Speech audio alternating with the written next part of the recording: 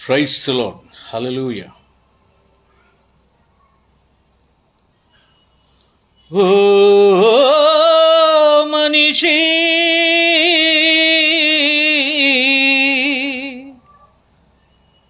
యోచింపవా, నీ బ్రతుకు ఎలా ఉన్నదు. ఓ మనిషి, యోచించవా,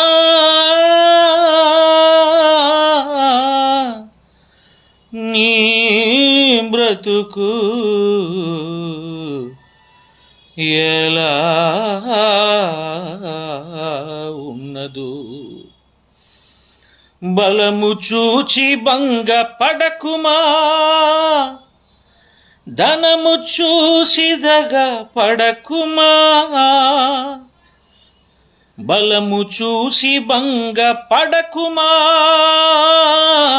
ధనము చూసి దగ పడకుమా. ఆ రోజు శ్రమ నుండి తప్పించే నాదుడు లేడు. ఆ రోజు శ్రమ నుండి తప్పించే నాదుడు లేడు. అదే ఆ రోజు, యేసయ్య ఉగ్రత రోజు, 7 ఏండ్ల శ్రమల రోజు, పాపులంతా ఏడ్చే రోజు. పాపులంతా ఏడ్చే రోజు త్వరలో రాబోతా ఉంది. దేశ పరిస్థితులు, ప్రపంచ పరిస్థితులు మనకేమైనా అర్థమవుతున్నాయా? కాస్త మనం సామాజికమైనటువంటి విషయాల్లో దృష్టి ఉంచామా? సామాజికమైనటువంటి విషయాలలో దృష్టి పెట్టినప్పుడు ఆధ్యాత్మికంగా మనం ఎలా బ్రతకాలో అనేది అర్థమవుతుంది. సామాజిక జీవితం కోసం రోజు పేపర్ చదివితే సరిపోతుంది. పేపర్ కూడా అన్ని పేపర్లు కాదు, ఇంటర్నేషనల్ న్యూస్ ఉంటాయి, కొన్ని నిజాయితీగా రాసేటువంటి న్యూస్ ఉంటాయి, వాటిని చదవాలి. మన తెలుగు మీడియా వాళ్ళు రాసేటువంటి న్యూస్ అవి కేవలం వారి అపోహలు. అట్ట జరిగింది అంట కదా, ఇట జరిగింది అంట కదా, ఏమై ఉందో మీ ఉద్దేశము అంటే ఇక్కడ వార్త అక్కడ వార్త, ఇక్కడ వార్త అక్కడ వార్త, ఇక్కడ చెప్పి కొండెములు పుట్టించేటువంటి లేని వార్తలు పుట్టించేవాళ్ళు నేటి న్యూస్ మీడియా, మన తెలుగు మీడియా. కాబట్టి లేని వార్త పుట్టింపకూడదు, అది బైబిల్ ప్రకారం ఆజ్ఞ, అది రాంగ్, పాపం అది. కానీ పాపం చేస్తున్నారు. అన్నిటికీ రకరకాల కారణాలు ఉన్నాయండి, ప్రతిదానికి కారణం ఉంది. ఎందుకు దేశ పరిస్థితి ఇట్లా ఉన్నాయి అంటే బైబిల్ ముందుగానే హెచ్చరిస్తూ ఉంది. నేను మరి బైబిల్ని ఆధారం చేసుకుని మాట్లాడతాను కాబట్టి నేను నమ్ముకున్నటువంటి గ్రంథం పరిశుద్ధ గ్రంథం, నన్ను పోషిస్తున్నా, సంరక్షిస్తూ ఉన్నా, నన్ను నిలబెట్టినటువంటిది వాక్యం. కాబట్టి నేను వాక్యాన్ని ఆధారం చేసుకునే ప్రపంచ పరిస్థితులు మాట్లాడాలి. ప్రకటన గ్రంథం గురించి తెలుసుకోగలిగితే ప్రకటన గ్రంథంలో నేటి భవిష్యత్తు గురించి దేవుడు ఆల్రెడీ చెప్పేశాడు. కానీ ఎంతమందికి ఆ విషయాలు అర్థమవుతున్నాయో, రాయబడినటువంటి ఆ విషయాలను మనం ఎంతవరకు ప్రస్తుత దినాలకు మనం జోడించి అర్థం చేసుకోగలుగుతున్నాం అనేది చాలా ముఖ్యం. ప్రకటన గ్రంథంలో ఉన్నటువంటి రెగ్యులర్గా మనం చదివేటువంటి వాక్యాలే, కానీ వాటిలో ఉన్నటువంటి సత్యాలు వేరే ఉన్నాయి. ఆ సత్యాన్ని మనం వెలికి తీసి పట్టుకోగలిగితే మనం ఎలా ఉండకూడదు అనేది అర్థమవుతుంది. ప్రకటన గ్రంథం 22వ అధ్యాయం 19వ వచనంలో చూస్తే, ఎవడైనాను ఈ ప్రవచన గ్రంథమందున్న వాక్యములలో ఏదైనా తీసివేసిన ఎడల దేవుడు ఈ గ్రంథములో వ్రాయబడిన జీవ వృక్షములోను పరిశుద్ధ పట్టణములోను వానికి పాలు లేకుండా చేయను. అయితే 18వ వచనంలో చూస్తే ఇక్కడ ఏమంటున్నాడు? తీసేయకూడదు అంటున్నాడు. 18వ వచనంలో చూస్తే కలిపిన ఎడల ఏం జరుగుద్దంటే తెగుళ్ళు కలుగు చేస్తాడంట దేవుడు. అంటే ఇక్కడ చాలా స్పష్టంగా చెప్పినటువంటి మాట ఏంటంటే తీసేయకూడదు, కలపకూడదు. తీసేయకూడదు, కలపకూడదు. గుర్తుపెట్టుకోండి, ఏది తీయడానికి లేదు, ఏది కలపడానికి లేదు. కల్పితాల గురించి మాట్లాడాలి ఇప్పుడు మనం. కలపటం గురించి అంటే కలుషితం చేయటం, కల్పితం చేయటం, మిక్సింగ్ చేయటం.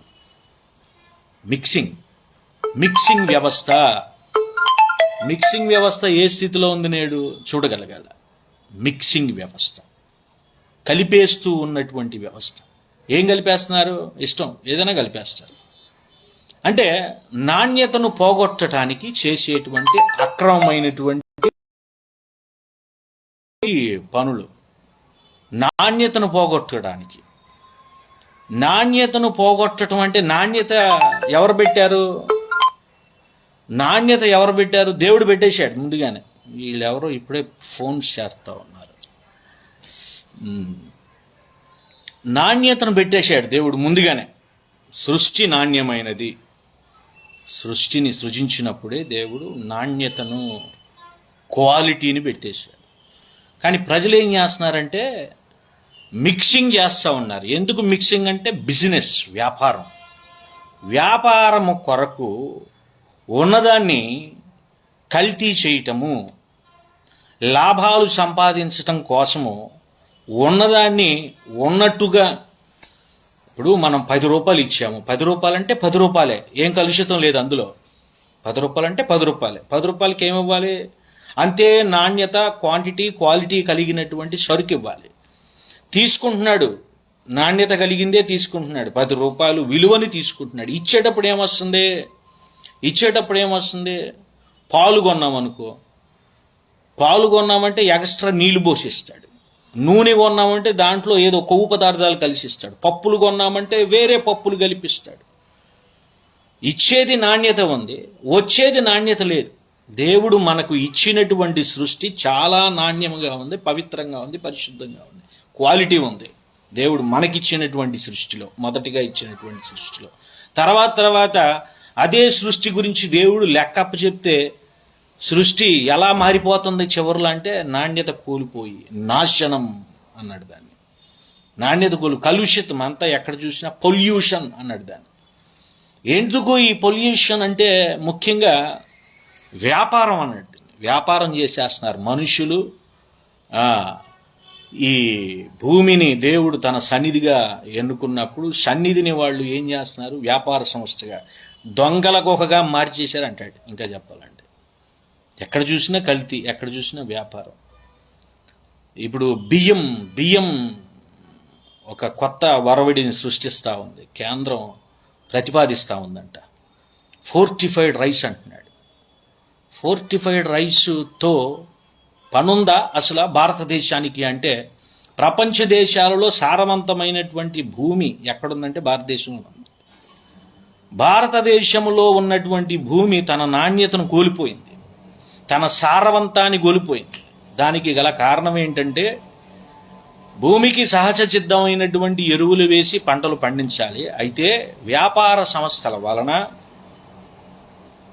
జరిగినటువంటి విషయం ఏంటంటే రసాయనిక ఎరువులను వేసి పంటలను పెంచండి, దిగుబడి బాగా వస్తుందని చెప్పి ప్రజలను మోసం చేసుకుంటూ వారి లాభాల కోసం వాళ్ళు డబ్బులైతే వస్తున్నాయి అనుకుంటున్నారు. కానీ జరుగుతుంది ఏంటండి? నేల పాడైపోతుంది. నేల పాడైపోయిన దాని వలన మనకి నాణ్యమైనటువంటి పంట రాదు. అది ఏ పంట అయినా కానీ, అది గోధుమ పంట కానీ, వరి పంట కానీ, ద్రాక్ష తోట కానీ, మామిడి తోట కానీ, కొబ్బరి తోట కానీ, ఏ పంట అయినా సరే నాణ్యముగా మనం చూడలేం, క్వాలిటీ ఉండదు. ఇప్పుడు ఏం చేయమంటున్నారు వ్యాపార సంస్థలు? ఇప్పుడు వ్యాపార సంస్థలు రసాయనికాలు కలపండి, అప్పుడు మీకు కావలసినటువంటి దిగుబడి వస్తుంది అంటారు. మరి రైతులు పాపం వాళ్ళు ఏం చేస్తారు? ఎట్లోగట్ల పంటలు అయితే పండించాలి, వాళ్ళ ఉద్దేశం అది. ఎరువులు ఇచ్చేది వాడే, పెట్టుబడి పెట్టేది వాడే, డబ్బులు ఇచ్చేది దళారీలు. వాళ్ళు కూడా ఒకటే గ్యాంగ్, అదంతా ఎరువులు అమ్మే గ్యాంగు, ఇదంతా ఒకటే గ్యాంగ్. మా ఎరువులు వాడండి, మీ భూమిలో వెయ్యండి అంటాడు ఒకడు. భూమిని పండించాలంటే రైతుకు డబ్బులు లేవు, ఇదిగో మేము డబ్బులు ఇస్తాము అంటాడు ఇంకోడు. ఏం జరుగుతుంది ఇక్కడ? వాస్తవానికి భూమిలో ఉన్నటువంటి సారవంతం అంతటిని పాడు చేసింది ఎవరు? బిజినెస్, వ్యాపార సంస్థలు. ఇప్పుడు వీళ్ళు ఏమంటున్నారు? ఇప్పుడు ఫోర్టిఫైడ్ రైస్ అనేది ఒకటి వస్తుంది, దాన్ని మాత్రం తింటే ఆరోగ్యం వస్తుంది అంటాడు. మరి భూమిని కాపాడుకోవాల్సినటువంటి సమయంలో భూమిని కాపాడుకోకుండా ఇప్పుడు ఫోర్టిఫైడ్ రైస్తో పని ఏంటి? ఎట్లా వచ్చేస్తుంది ఫోర్టిఫైడ్ రైస్ అంటే? ఫోర్టిఫైడ్ రైస్ అంటే ఏంటి? బియ్యములో కొన్ని పోషక విలువలు పోయినాయి, ఇప్పుడు వాటిని కలుపుతారంట. వాటిని కలిపి ఇచ్చేటువంటిదే ఫోర్టిఫైడ్ రైస్. పోషక విలువలు ఎందుకు పోయినాయి? నేల పాడైపోయింది. దేవుడు ముందుగానే ఆదాము అవ్వలు చేసినటువంటి పాపం వలన దేవుని యొక్క శాపం ఏంటి తెలుసా? మీ వలన నేల శపించబడింది అన్నాడు. మీ వలన నేల శపించబడింది అంటే ఆదాము అవ్వలు నేలను పాడు చేయలే. ఆ తర్వాత సంతానం అంతా ఏం చేస్తా వస్తుంది? నేలను పాడు చేసుకుంటా వచ్చింది. ఆ విషయం తెలియటానికి 2022 సంవత్సరాలు పట్టింది. ఇప్పుడు అర్థమవుతుంది. నేల పాడవడం అంటే ఏంటంటే తన సారవంతమాన్ని కోల్పోయింది. ఏం చేశారు వీళ్ళు? కలపకూడదు, కలిపేశారు. తీయకూడదు, తీసేశారు. ఏమండి? సృష్టిలో ఉన్నటువంటి దేవుడు పెట్టినటువంటి మంచి విలువలను మనుషులు ఏం చేస్తున్నారంటే తవ్వి అమ్మేసుకుంటున్నారు. ఇప్పుడు ఏమంటున్నారు? బియ్యం. ఇప్పుడు ఇదేంటిది? ఫోర్టిఫైడ్ రైస్ అంటే బియ్యపు దందా అంటే మాఫియా అండి. ప్రస్తుతం మనం ప్రజాస్వామ్యంలో ఉన్నాం అనుకుంటున్నారు చాలామంది. అదే తెలియాలి. ప్రస్తుతం మనం ఎక్కడున్నామంటే వ్యాపార సంస్థలన్నీ కలిసి పెట్టినటువంటి మాఫియా సంస్థ అనేది ఒకటి ఉంది. వ్యాపార సంస్థలన్నీ కలిపి పెట్టినటువంటి మాఫియా సంస్థ అంటే ఏంటంటే ఇక్కడ శ్రమకు దూరంగా ఉంటారు వాళ్ళు. అంటే శ్రమను దోచుకుంటారు. ఎవరు దోచుకుంటారు? పెట్టుబడిదారులు దోచుకుంటారు. ఎవరి శ్రమని? ప్రజల శ్రమని. ఉచితంగా సంపాదించడం, ఖాళీగా కూర్చుని సంపాదించడం, పని వేరేతో వాళ్ళు చేపిస్తారు, వీళ్ళు లాభాలు గడిస్తూ ఉంటారు. దీన్నంతా మాఫియా అంటారు. ఇంకా చెప్పాలంటే అండర్ వరల్డ్ అన్నారు.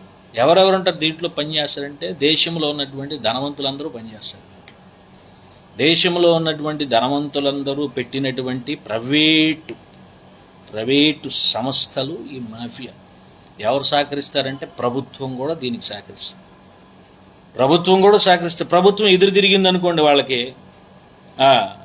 ప్రభుత్వాలు కూలిపోవాలన్నా ప్రభుత్వాలు నిలబడాలన్నా దానికి గల కారణము మాఫియా, అండర్ వరల్డ్, డాన్స్. వీళ్ళందరిని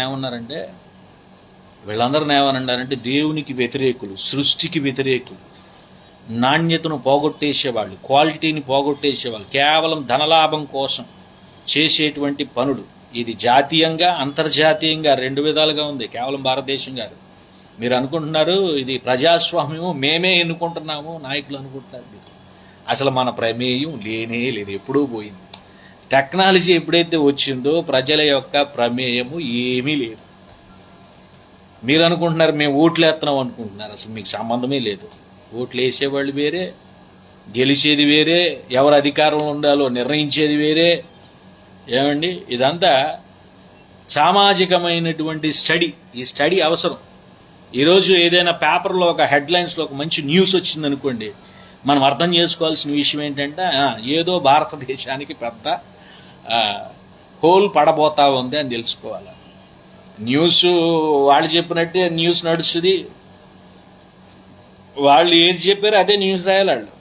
ఎవరైతే మాఫియా, ఎవరైతే దందా, ఎవరైతే ఒక నాయకుడు ఉన్నాడో వాళ్ళు చెప్పినట్టే దేశం నడవాలి, పరిపాలన నడవాలి, అన్ని సంస్థలు నడవాలి. మర్చెంట్, ఫైనాన్స్, ఇండస్ట్రీస్, ప్రోటో, ఇవన్నీ వాళ్ళు చెప్పినట్టే నడవాలి. ఇదిగో దాంట్లో ఉన్నదే ఈ మనీ లాండరింగ్ కానీ, స్మగ్లింగ్ కానీ, ఇక రకరకాల ఇల్లీగల్ యాక్టివిటీస్ అన్నీ ఉన్నాయి కదా, అవన్నీ.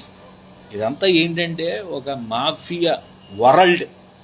ఇంకా చెప్పాలంటే దానికి ముద్దుగా ఓ పేరు పెట్టారు, న్యూ వరల్డ్ ఆర్డర్ అన్నారు. అదంతా అదే. ఇంకా చెప్పాలంటే బైబిల్ ఏమని చెప్పిందంటే న్యూ వరల్డ్ ఆర్డర్ గురించి, పాపపు పురుషుడు బయలుపడితేనే కానీ, పాపపు పురుషుడు ఆ ఒక్కడు ప్రపంచాన్ని శాసించే ఒక్కడే నిజమైనటువంటి అపవాది. ఏమండి ఆ ఒక్కడెవడో ఇంకా ఆ ఒక్కని పేరు మనకి ఇంకా తెలియదు. కాకపోతే ఇక్కడ న్యూ వరల్డ్ ఆర్డర్ అన్నారు. ఇది అంతర్జాతీయ ప్రపంచవ్యాప్తమైనటువంటి విషయం. భారతదేశం కూడా అందులో ఒక భాగమే. మనం అనుకుంటున్నాము చట్టాలు మనం రాసుకున్నాం కదా, చాలామంది అంబేద్కర్ రాశారు పాపం, కాబట్టి అంబేద్కర్ జై భీమ్ అంటున్నారు. జై భీమ్ లేదు, ఏం లేదు అక్కడ.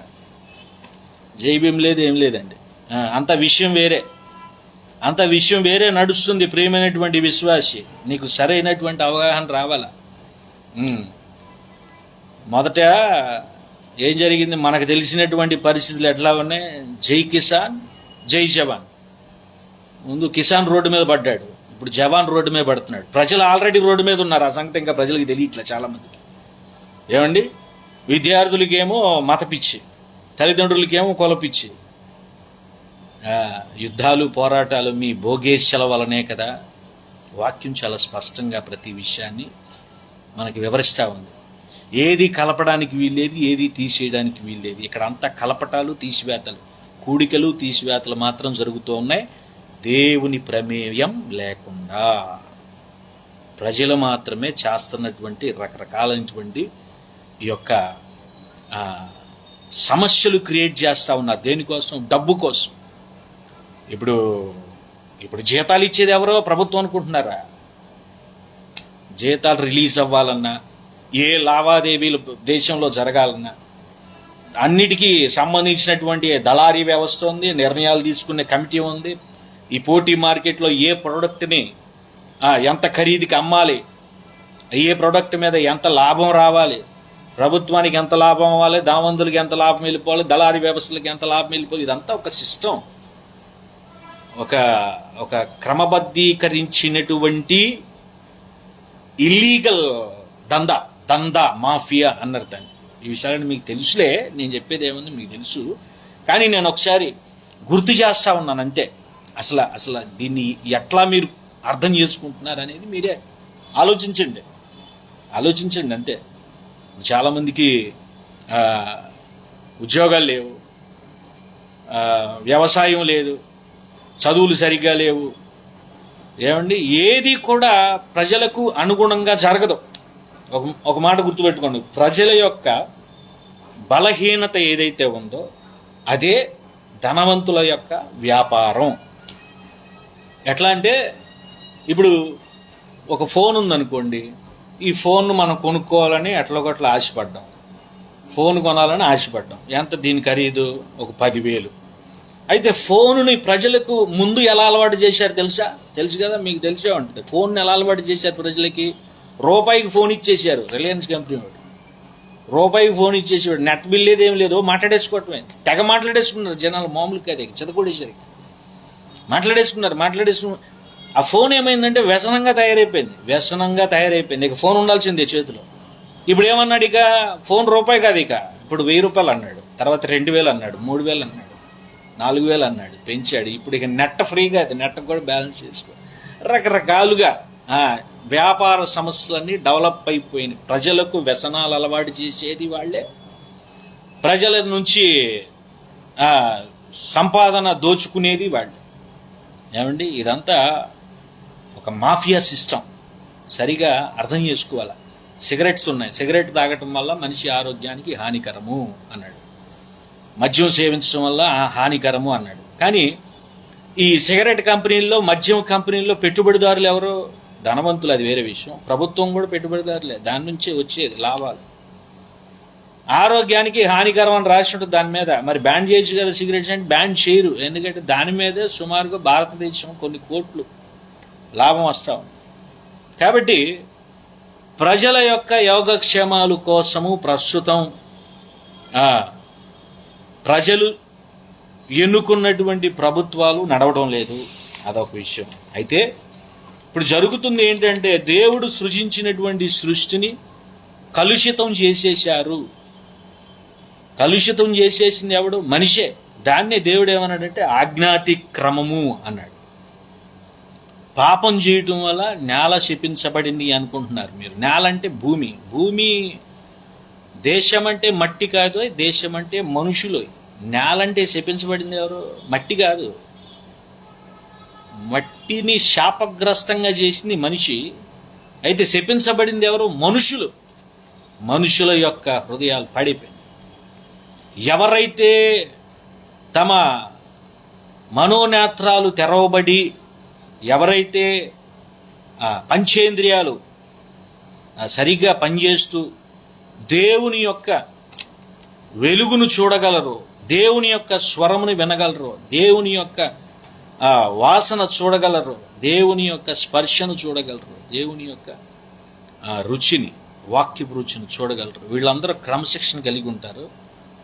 వీళ్ళకందరికీ కోరికలు ఉంటాయి కానీ అణిచివేసుకుంటారు. ఆశా నిగ్రహం అన్నాడు దాన్ని. ఆశా నిగ్రహం కలిగిన వాళ్ళు క్రైస్తవులు, విశ్వాసులు. వీళ్ళందరూ ఏం చేస్తారంటే దేవుని మీద ఆధారపడతారు. అయితే ఇక్కడ ప్రజలు ఏం చేస్తా ఉన్నారు? దేవుని పక్షాన లేరు, ప్రజలు అపవాది పక్షాన ఉన్నారు. అపవాది పక్షాన ఉన్నారు కాబట్టే ఆ ధనముకు అధికారి అయినటువంటి వాణ్ణి పూజిస్తూ ఉన్నారు. వాడు పెట్టేటువంటి ఈ యొక్క రకరకాలైనటువంటి ఇబ్బందులకు లోనైపోయినటువంటి వాళ్ళు, అపవాది యొక్క వలలో పడిపోయినటువంటి వాళ్ళు. యేసుక్రీస్తు వారిని అపవాది అన్నాడు, ఈ రాజ్యం అంతటిని దేవుడు నాకు ఇచ్చేసాడు, నీకు ఈ కావాలంటే నన్ను మొక్కాలి అన్నాడు అపవాది. యేసుక్రీస్తు వారు ఎదురు తిరిగాడు, అట్లా చేయడానికి వీలు లేదు, అది దేవుని ఆజ్ఞ కాదు అన్నాడు. యేసుక్రీస్తులాగా ఎదురు తిరిగేటువంటి క్రైస్తవులు కావాలి ఈరోజు. ఇప్పుడు ప్రభుత్వ కార్యాలయాల్లో క్రైస్తవులు లేరా? ఉన్నారు. ప్రైవేట్ కార్యాలయాల్లో క్రైస్తవులు లేరా? ఉన్నారు. రక్షణ వ్యవస్థలో క్రైస్తవులు లేరా? ఉన్నారు. నేవీలో క్రైస్తవులు లేరా? ఉన్నారు. మిలిటరీలో క్రైస్తవులు లేరా? ఉన్నారు. డాక్టర్ వైద్య వ్యవస్థలో క్రైస్తవులు లేరా? ఉన్నారు. విద్యా వ్యవస్థలో క్రైస్తవులు లేరా? ఉన్నారు. అయితే క్రైస్తవులను దేవుడు ఆయా వ్యవస్థల్లో ఎందుకు పెట్టాడు? అక్కడ కరప్షన్ జరుగుతూ ఉంది, అక్కడ వాతావరణం కలుషితం అయిపోయింది. క్రైస్తవుడు అంటే యేసు రక్తం కలిగిన వాడు. యేసు రక్తం కలిగినటువంటి ఒక ఆత్మ వాళ్ళ మధ్యలో సంచరించినప్పుడు ఆ ఏరియా అంతా శుద్ధీకరించబడాలి, శుభ్రం చేయబడాలి, కడగబడాలి.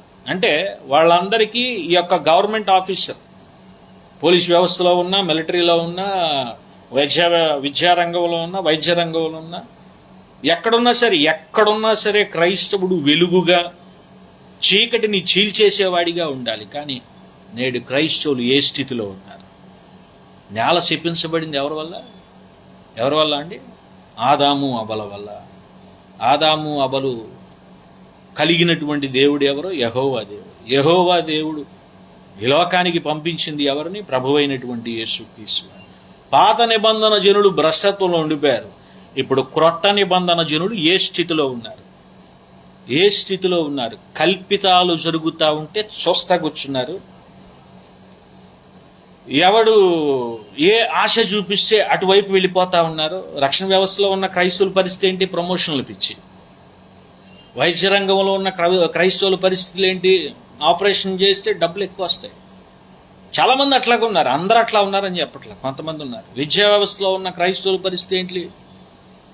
సీట్లు అమ్మేసుకుంటారు. ఇప్పుడు ఎందుకంటే క్రైస్తవ కాలేజీలు ఉన్నాయి, ఎవరికి పడితే బిషప్ సర్టిఫికేట్ ఇచ్చేస్తారు, రెవరెంట్ సర్టిఫికేట్ ఇచ్చేస్తారు, బీడీ సర్టిఫికేట్ ఇచ్చేస్తారు, బీటీహెచ్ సర్టిఫికేట్లు అన్నీ ఇచ్చేస్తారు. ఫ్రీనే, అమ్మేసుకోవటమే. ఎక్కడికక్కడికి అమ్మకాలు కొనుగోళ్ళు. దేవుడేమంటున్నాడు? కలుషితాలు, కల్పిత పాత్రలు, ఇంకా అంటే నకిలీ డాక్యుమెంట్స్.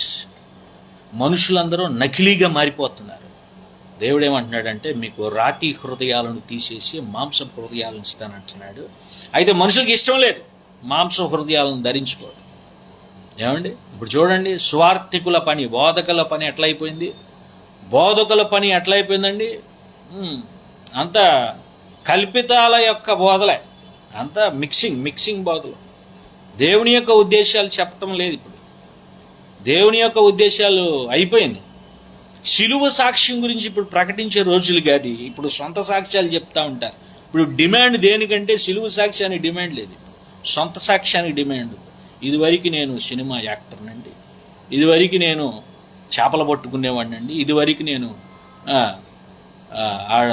ఏదో పరిస్థితి, ఇక అడుక్కునే పరిస్థితి వాడిని, లేకపోతే నా పరిస్థితి అంతా దౌర్భాగ్యమైన పరిస్థితి. రకరకాలుగా చెప్తున్నారులే సాక్ష్యాలు చెప్పిన దేవునికి మహిమ రావాలి. కానీ ఇక్కడ ఏం జరుగుతుందంటే సాక్ష్యాలు, ఎవరి సాక్ష్యం అయితే బాగుందో వినండి, నేను ఈ విషయం చెప్తున్నాను. సాక్ష్యం కలిగి ఉండడం తప్పని చెప్పట్లా, సరిగా వినండి. నేను ఎందుకు చెప్తున్నానంటే సాక్ష్యం కలిగి ఉండటం మంచిదే. అయితే ఈ సాక్ష్యం, నీ సాక్ష్యాన్ని ఒక బోధకుడు వ్యాపారంగా మారుస్తున్నాడు. నేను తీసుకెళ్తున్నాడు 15,000 నీకు ఖర్చు పెట్టి, 20,000 నీకు ఖర్చు పెట్టి సాక్ష్యం చెప్పయ్యా మా సభల్లో అని చెప్పి ఒక పాస్టర్ గారు తీసుకెళ్తున్నాడు. ఒక అతను తీసుకెళ్ళేటప్పుడు మంచి పోస్టర్లు వేస్తాడు. ఇతని యొక్క గత జీవితము పలానా జీవితము, పలానా అతను వచ్చి స్టేజ్ మీద సాక్ష్యం చెప్తాడు, రండహో అని చెప్పి టంకేస్తాడు. విశ్వాసులందరూ వస్తారు. కానీ ఎవరి కోసం వెళ్ళాలి విశ్వాసులు? సిలువను గురించినటువంటి వార్త, యేసుక్రీస్తు వారి కోసం వెళ్ళాలి. కానీ ఎవరి కోసం వెళ్తున్నారు? సినిమా యాక్టర్ కోసం వెళ్తున్నారు, రాజకీయ నాయకుడి కోసం వెళ్తున్నారు, సెలబ్రిటీ కోసం వెళ్తున్నారు, అక్కడ ఉండే లైటింగ్స్ కోసం, అక్కడ వేసే డాన్సుల కోసం, అక్కడ ఉండేటువంటి కోలాహలం కోసం. అర్థమవుతుందా? కలుషితాలు, కల్పితాలు, నకిలీలు ఎలా తయారైపోతున్నాయో యేసుక్రీస్తు వారు అంటాడు, చాలా చక్కగా చెప్తా ఉంటాడు ఆయన. యోహాను సువార్త 15వ అధ్యాయం 1వ వచనంలో చూస్తే, నేను నిజమైన ద్రాక్షావల్లిని, నా తండ్రి వ్యవసాయకుడు. యేసుక్రీస్తు వారు ఏమంటాడంటే ఇక్కడ, నేను నిజమైన ద్రాక్ష చెట్టును. నేను ఎంతగా ఫలించడానికి గల కారణం, నా వ్యవసాయకుడు నా తండ్రి. నా తండ్రి నాటినటువంటి విత్తనాన్ని నేను ఇప్పుడు తండ్రి యొక్క అడుగుజాడల్లో ఉన్నాను కాబట్టి ఫలించానంటున్నాడు యేసుక్రీస్తు వారు. ఈరోజు నేల ఫలించట్లేదు, పంటలు ఫలించట్లేదు, సంఘాలు ఫలించట్లేదు, కుటుంబాలు ఫలించట్లేదు. కారణం ఏంటి? నిజమైనటువంటి ద్రాక్షావల్లికి అంటిపెట్టుకుని లేరు. నిజమైన ద్రాక్షావల్లికి అంటిపెట్టుకుని ఉండాలి. ఉండేటువంటి పరిస్థితుల్లో లేవు. ఇప్పుడు సిలువ సాక్ష్యం కంటే వ్యక్తిగత సాక్ష్యం ఎక్కువైపోయింది.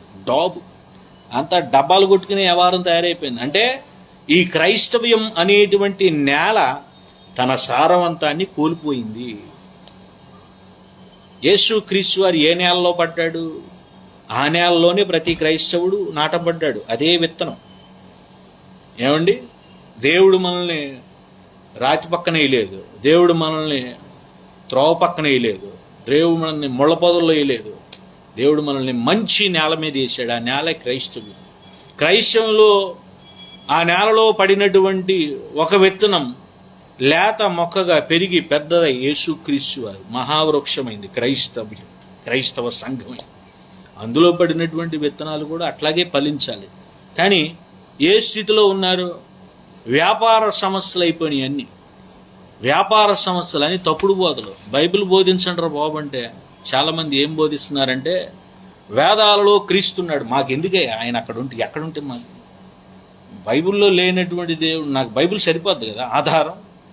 లేవియా కాండంలో ఉన్నటువంటి మొదటి 5 అధ్యాయాలలో ఉన్నటువంటి బలియాగాలన్నీ యేసుక్రీస్తు వారిలో జరిగినటువంటి తీరు మనకు తెలుసు కదా. ఇక ఆ గ్రంథాల జోలు మనకి ఎందుకు? అవి చదివినంతకాలం మీరు యేసుక్రీస్తు వారిని సరిగా తెలుసుకోలేరు. మీరు అవన్నీ వదిలేసేయండి. అవన్నీ వాళ్ళ సాహిత్యాలు, వాళ్ళు ఏదో రాసుకున్నారు. ఏది కలపకూడదు మన దాంట్లో. కలపడానికి అవకాశం ఎవరు ఇవ్వలేదండి, దేవుడు ఇవ్వలేదు. ఈ సృష్టిని గురించి, ఈ భూమి గురించి ఇదంతా నేను ఎందుకు చెప్పుకొస్తున్నానంటే, నువ్వు ఉన్నది ఉన్నట్టు చెప్పాలి, ఉన్నది ఉన్నట్టు తినాలి, ఉన్నది ఉన్నట్టు భోంచేయాలి, ఉన్నది ఉన్నట్టు పంచిపెట్టాలి. నువ్వు కలిపేసి ఏదేదో పెట్టేసావనుకో నాణ్యత కోల్పోతుంది. బహుశా నీకు దిగుబడి బాగానే ఉంటుందేమో, విశ్వాసులు చాలామంది వస్తారేమో నువ్వు వేసే జోకుల కోసం, నువ్వు చెప్పే పిట్టకథల కోసం, నువ్వు చెప్పే రకరకాల మర్మమైనటువంటి విషయాల కోసం చాలామంది వస్తారేమో. కానీ అది ఉజ్జీవం అనబడదు, అది ఉద్రేకం అనబడుతుంది. వచ్చినోళ్ళు ఉండలేరు, నిలబడలేరు. ఇక్కడ వచ్చినోడు నిలబడాలంటే కేవలం నువ్వు శిలువను గురించిన వార్త, పునరుద్ధానం గురించిన వార్త, రాకడ గురించినటువంటి వార్త మాత్రమే చెప్పాలి. మిగతా సాహిత్యాలు మాకు అవసరం లేదండి బాబు. అవసరం లేదంటే క్రైస్తవులకు అవసరం లేదు, మిగతా వాళ్ళకి అవసరమేమో. అర్థమవుతుందా మీకు? ఇప్పుడు యేసుక్రీస్తు వారి శిలువలో ఉన్నాడండి. శిలువలో ఉన్నప్పుడు ఆయనకు దాహం వేసినప్పుడు ఏం చేశారంటే, ఆ దాహం అని అడిగినప్పుడు వీళ్ళు ఏం చేశారంటే ద్రాక్షారసాన్ని ఇచ్చారు కదా. అయితే దేవుడు అక్కడ ఎందుకు వద్దంటున్నాడు? ద్రాక్షారసం అయితే బహుశా తాగేవాడేమో అనుకుందాంలే, ఊరికే. దాహం ఆయన తాగడు, అది లేఖనానుసారం కాదు, తాగకూడదు అఫ్ కోర్స్. కానీ ఇక్కడ ఊరికే మనం అర్థం చేసుకోగలిగితే ఎందుకని వద్దన్నాడంటే, ద్రాక్షారసంలో బోళాన్ని కలిపారు. బోళాన్ని కలపటం అంటే మత్తు కలపటం. మత్తు తీసుకోకూడదు కదా మరి దేవుడు. యేసుక్రీస్తు వారు మత్తు తీసుకోకూడదు. మత్తు తీసుకోకూడదు ఎందుకు? ఆయన చేస్తుంది పవిత్రమైన కార్యం. పవిత్రమైన కార్యంలో లోకానికి సంబంధించినటువంటి ఏ మత్తు ఉండకూడదు. బోధలు కూడా అంతే. వాక్యాన్ని బోధించడం అంటే కల్పనా కథలు చెప్పి బోధించకూడదు, సినిమా స్టోరీలు చెప్పి బోధించకూడదు, లేకపోతే అన్య సాహిత్యాలు తీసుకొచ్చి బోధించకూడదు. ఇది ఫ్రెష్గా ఇవ్వబడినటువంటి దేవుని యొక్క శరీరము అంటే రొట్టె, దేవుని యొక్క రక్తము అంటే ప్రభు బల్లలో మనం ఏదైతే ఆచరిస్తామో వాక్యాన్ని వినడం కూడా అంతే. దేవుడు ఏమంటున్నాడంటే సంఘం ప్రతిరోజు కూడుకోవాలి. అపోస్తులు అయితే ప్రభు బలను కూడా ఆచరించేవాళ్ళు. ప్రస్తుతానికి మనం ప్రభు బల్ల లేదు, కానీ ఏం చేయాలి? వాక్యమైనటువంటి దేవుడు ఆయన శరీరమును మనం ఆహారముగా తీసుకుంటున్నాం. అంటే ఈ వాక్యం వినడం అంటే ఏంటంటే ఆయన శరీరాన్ని రొట్టిగా తీసుకోవటమే, ఆయన రక్తాన్ని తీసుకోవటమే. ప్రభు బలలో కూర్చున్నట్టే వాక్యం వింటున్నామంటే దాని అర్థం ఏంటంటే దృశ్య రూపకంగా అయితే ఒకసారి నెలకు ఒకసారి ప్రభు బలలో కూర్చుంటారు, వారానికి ఒకసారి కూర్చుంటారు చాలామంది. అయితే వాక్యం వినడం అంటే ఏంటంటే ఆయన శరీరమును ఆయన రక్తాన్ని సేవించటమే. నువ్వు ఆ రెండుకు ప్రాధాన్యత ఇవ్వాలి, కానీ నువ్వు తీసుకొచ్చి అన్య సాహిత్యాలను కలిపి యేసుక్రీస్తు వారు ప్రజాపతి అంటే ఎట్లా? ఆయన ఎందుకు ప్రజాపతి అవుతాడు? బ్రహ్మ నుంచి 10 మంది వచ్చారు ప్రజాపతులు, అందులో ఒక ఆయన యేసుక్రీస్తు అవుతాడా? అసలు ఏమన్నా మైండ్ పనిచేస్తుందా? అసలు ఏమన్నా వాళ్ళు రాసుకొని వాళ్ళ సంగతి వాళ్ళకి వదిలేసే. ఇంకా నువ్వేం చేస్తున్నావంటే ఇట్లా కల్పితాలు పెట్టేసి ఆకర్షించడానికి రకరకాల బోధలు చెప్పి మనుషులు తెచ్చుకుంటున్నావు కదా. రకరకాల వాక్చాతుర్యం ఉపయోగించి మనుషులను తెచ్చుకుని సంఘంలో చేర్చుకుంటున్నావు. వాళ్ళందరూ ఉండరు, వాళ్ళందరిలో ఉజ్జీవం ఉండదు, వాళ్ళందరిలో ఉద్రేకం ఉంటుంది. ఓహో నిజమైన దేవుడు అక్కడ ఉన్నాడా అని పరుగులు తీస్తాడు. వీళ్ళు ఏం చేశారంటే ఇట్లాంటి బోధకుల పరిస్థితి ఎట్లా ఉంటుందంటే రకరకాల గ్రంథాలు చదివారండి, ఎక్కడ ఆయన వాళ్ళ ఉద్దేశంలో ఉన్నటువంటి దేవుడు ఎక్కడ కనపడలా, బైబిల్లో కనపడ్డాడు. కనుక ఇక్కడ బైబిల్ దగ్గరికి వచ్చి ఆగి ఏం చేస్తున్నారంటే ఇదిగో ఆ దేవుడు కూడా ఈ దేవుడు ఇద్దరు ఒకలాగా ఉన్నారు, పోలికలు ఒకేలాగా ఉన్నాయి కాబట్టి అని చెప్పి ఇద్దరిని కలిపేసి చూపిస్తూ ఉన్నారు. కలపకూడదు, అట్లా మనం కలపకూడదు, తీయకూడదు. యేసుక్రీస్తు వారి రక్తం పవిత్రమైంది. ఈ రక్తంతో ఏ రక్తం కలవదు. జంతు రక్తం కలవలేదు, పక్షు రక్తం కలవలేదు, ఏమండి ఏ రక్తాలు ఉన్న మనుషుల యొక్క రక్తాల్లో కూడా కలవలేదు ఆ రక్తంతో. అది పవిత్రమైనటువంటి రక్తం. నువ్వు ఎన్ని మ్యానిపులేట్ చేద్దామన్నా సరే అది అవ్వదు. అది అసలు ఇది రాంగ్ థియాలజీ, అది తప్పుడు బోధలు, కల్పనా కథలు అన్నాడు. ఇంకేమంటున్నాడు అందుకనే ప్రస్తుతం ఎట్లా ఉందంటే పరిస్థితి, యెషయా గ్రంథం 61వ అధ్యాయం 5వ వచనంలో చూస్తే అన్యులు నిలవబడి మీ మందలను మేపెదరు. అన్యులు నిలవబడి క్రైస్తవ కాపరులు కాయవలసినటువంటి మందలను అన్యులు పరిపాలిస్తూ ఉన్నారు. ఇప్పుడు ఇంకేమంటున్నాడు, పరదేశులు మీకు వ్యవసాయకులను మీ ద్రాక్ష తోట కాపరులను అగుదురు అంటున్నాడు. మన తోటలేంటి? క్రైస్తవ తోటలు. ఇప్పుడు క్రైస్తవ తోటలు క్రైస్తవ చేతుల్లో ఉన్నాయా? క్రైస్తవ సంఘాలు క్రైస్తవ చేతుల్లో ఉన్నాయా? లేవు. అనుకుంటున్నారు మీరు మా చేతుల్లోనే ఉన్నాయని. శాసించే వాళ్ళు వేరే ఉన్నారు, ఏమండి. అందుకనే పెట్టింది ఏంటంటే ఈ కుల వ్యవస్థను పెట్టారు. మీరు కొట్టుకు సావండి అని కుల వ్యవస్థను పెట్టేశారు. ఆ కుల వ్యవస్థ ఉన్నంతకాలం క్రైస్తవులు ఎప్పుడు ఒక దాటికి రారు. మంచి ప్లాన్ వేశారు ఎప్పటి నుంచో. వీళ్ళు కూడా అదే దారిలో ఉన్నారు అంతే, ఏమండి. ఒక ఇద్దరు క్రైస్తవులు పెళ్లి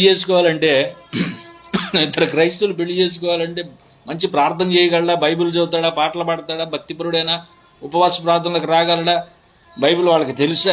ఈ ఇన్ఫర్మేషన్ అవసరం లేదు పెళ్లి చేసుకోవడానికి. ఈ రోజుల్లో కావాల్సినటువంటి ఇన్ఫర్మేషన్ ఏంటంటే ఇద్దరు క్రైస్తవులు పెళ్లి చేసుకోవాలంటే క్యాస్ట్ కావాలా, ఉద్యోగం కావాలా, ఆడి ఎంత దరిద్రుడైన పర్లా క్యాస్ట్ కలవాలా, బాగా డబ్బు ఉండాలా, ఉద్యోగం మంచి ఉద్యోగం ఉండాలా. క్వాలిఫికేషన్స్ చూశారు ఎట్లా ఉన్నాయో. కానీ నిజమైనటువంటి క్వాలిఫికేషన్ దేవుడు కోరుకునేది ఏంటంటే దేవుడు సృజించినటువంటి విధముగా నువ్వు ఉన్నావా? దేవుడు మనల్ని ఎట్లా సృజించాడంటే దాన్నే శిలువ కార్యము, దాన్నే బాప్తిస్మము, దానిలే యేసుక్రీస్తు వారితో పాటు మరణించి తిరగలేవటం క్రొత్త జన్మ అన్నాడు.